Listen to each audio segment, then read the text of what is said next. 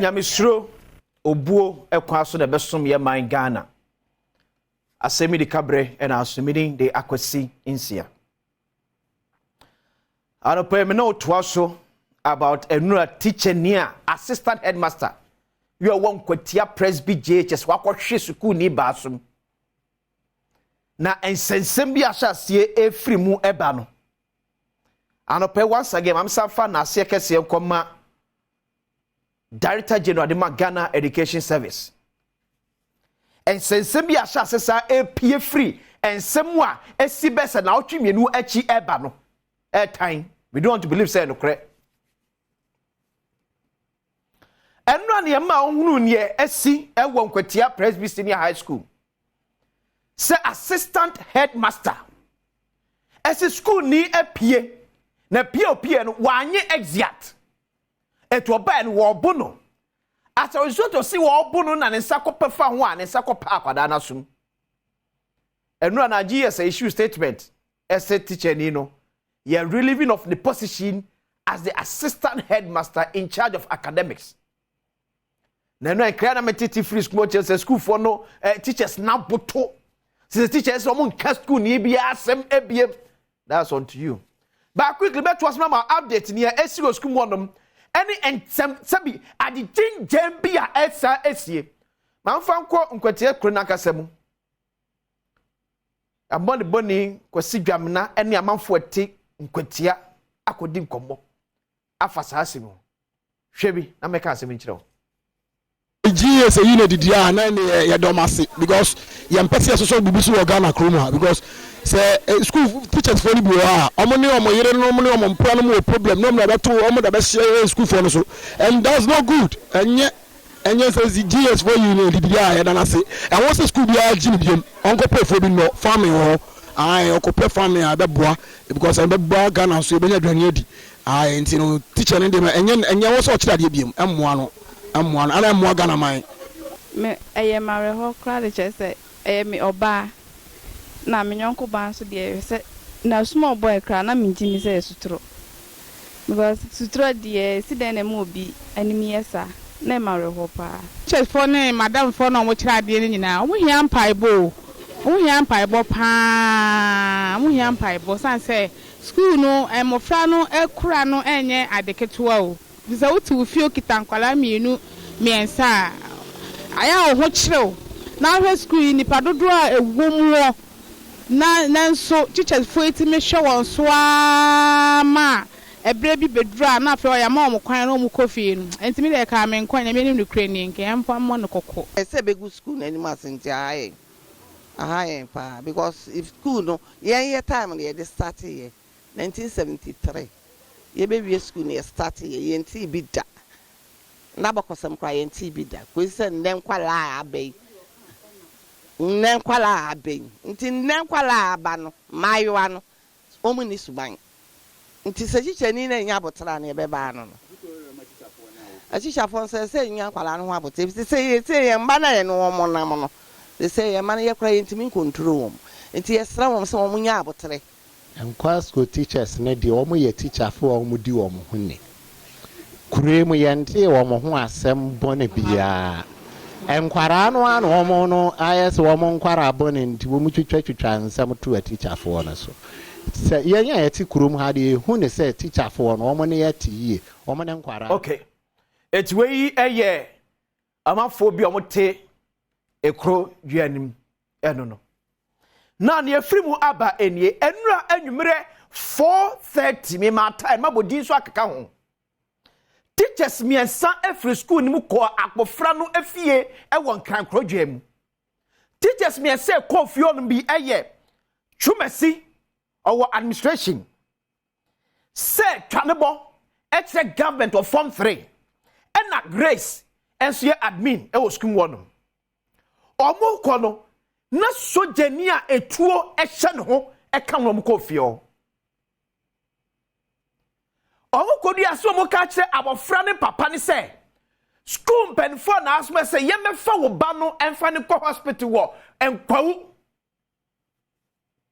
tio assembly 2 weeks ago na ne sie ko se assistant headmaster ne say enkwada ne bia pie prep time na wo bu o mtie bi ma kneel down na dru abawe ne ho asema ba akoye SMP na abawe no sorry ye etu otu aba no na to fa ho ma ne nsa ekogi bom a ebo akwara na sum headmaster no Asem no ene different issue.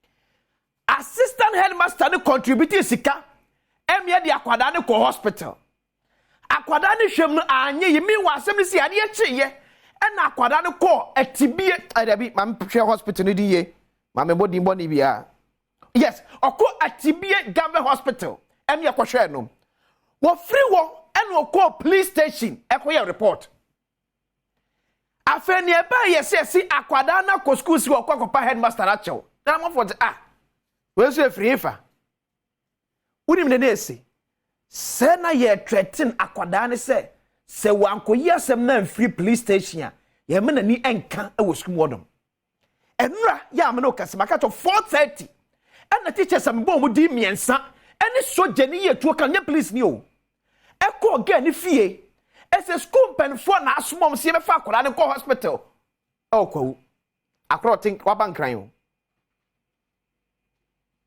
akwada na Asem ne 2 weeks ago ye ntimi afena nko hospital anhwe ne papa ewo Eastern region no ye de akwada na bankran emene wakopiem ewo Ashoma community health center me ehwe ne yade a yes school pen for so se be fa akwada ne free crime embesa ne yade okwawu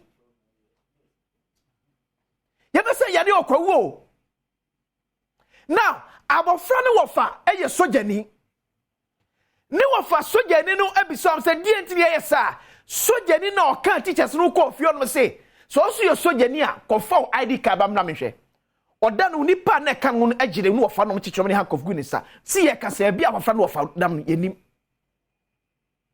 yenim ba bia abofra no wofa e wo si ye ka se asofa nuru ama wo frɛ na ekɔ ba na no pedefo dum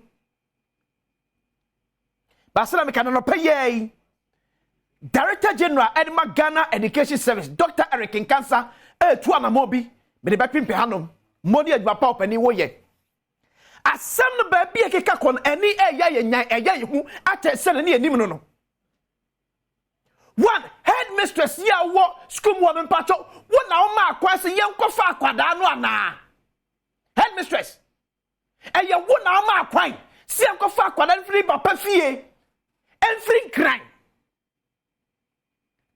senya Asem na se bi yanka enkran ne kwawu hefa na hospital papa wo enya Asem ne yanka enkran ene kwawu hefa na hospital papa ewo ye tie pese ahwe akwada se nani enwa techema this a different crime ekwawu teachers na mfi sese bi akwada na ni afra etu onhumo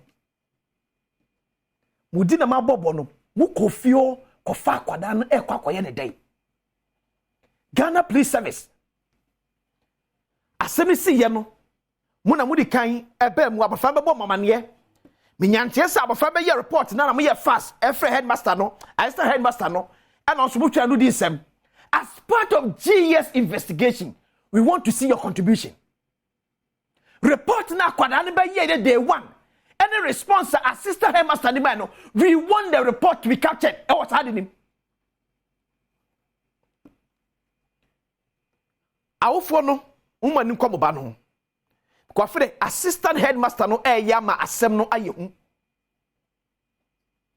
why ne sanction sojani na no ka ho na omuko fie onom no serious Ghana Armed Forces sojani na nu a woko abayon fie onom no why ne sanction no e ma ne ko safie ho ye pese yehu ni hu ba bia efri because kamini se we de eye fi Asem emfo sojafo ho na reji yes for krato mi issue na nu ana yen kan ba bia se we are collaborating the military so many police for na ye adwuma so how can se sojani eba mu enura okoye de wo fi obi sojani na atuo hye ne ho no okoye de wo abayo ne fi honom enura as of 4:30 p.m. okoye de ho Chief of Defense Staff Ghana Armed Forces we want to know one she sa so jeni no so anka cheche for no ko fa akwada no go hospital why it's becoming more dangerous. The assistant headmaster no or say ni kwa ho or say any ekwa no ho na nyu no kwa any achechefo a e was school so e was say any ekom home. Some of them need to be questioned.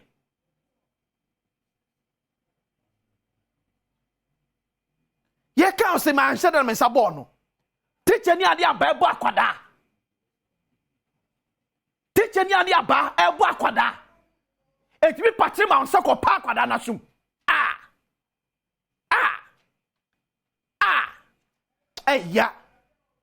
eya na me kam ti se manfo bi keka enen kwada aba emu ade yes ye gituma no kre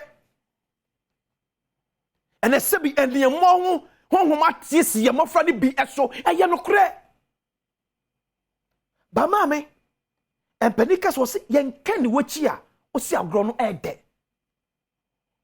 ye yi kwan nso no anka ho dan etu gina kwantifi na wo bo contract na ba se akoe ne gine na wo so wo dan kakra ka bo se bo anya ade eye de abone nko e na akwada de abone nko na akwada ya assistant headmaster and TGS for catch up no.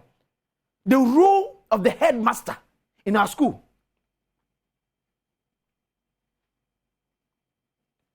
Or see, the GES unequivocally condemns the actions of the assistant headmaster, who is supposed to ensure that students and teachers operate in a safe school environment. Now, headmaster also to me create an enabling environment. A safe environment, and my teachers, and the students, have your poster. And you are telling me, say, and what a bonny abbey are sitting no, yenya church for my empire, masum. Mammy, and yawa, and yawa, it won't tears ye. Senyamia and Fefi, Mr. Yankupon Sensha, Dr. Tampon, Saya, or share our frano. In your farm, I want to be our free, and you bet me, you know, say, we are quite any new crown and was at it, mana. Akwada na sumsu ne yewia ye se kwa kwahwe because also no how bam mama to free say ye oba e ka be ka kire me se enkwada so odinfo ba wia senti eni be tete ya no ye ka na mo de ye ko ye chi e na tete ne abu ya no se ya no kure mo na mo nyina ba yesu gada dis no sa bro na ya bro se sam mo aka mo yesu gada dis mumu bi e na dan tutubotomfo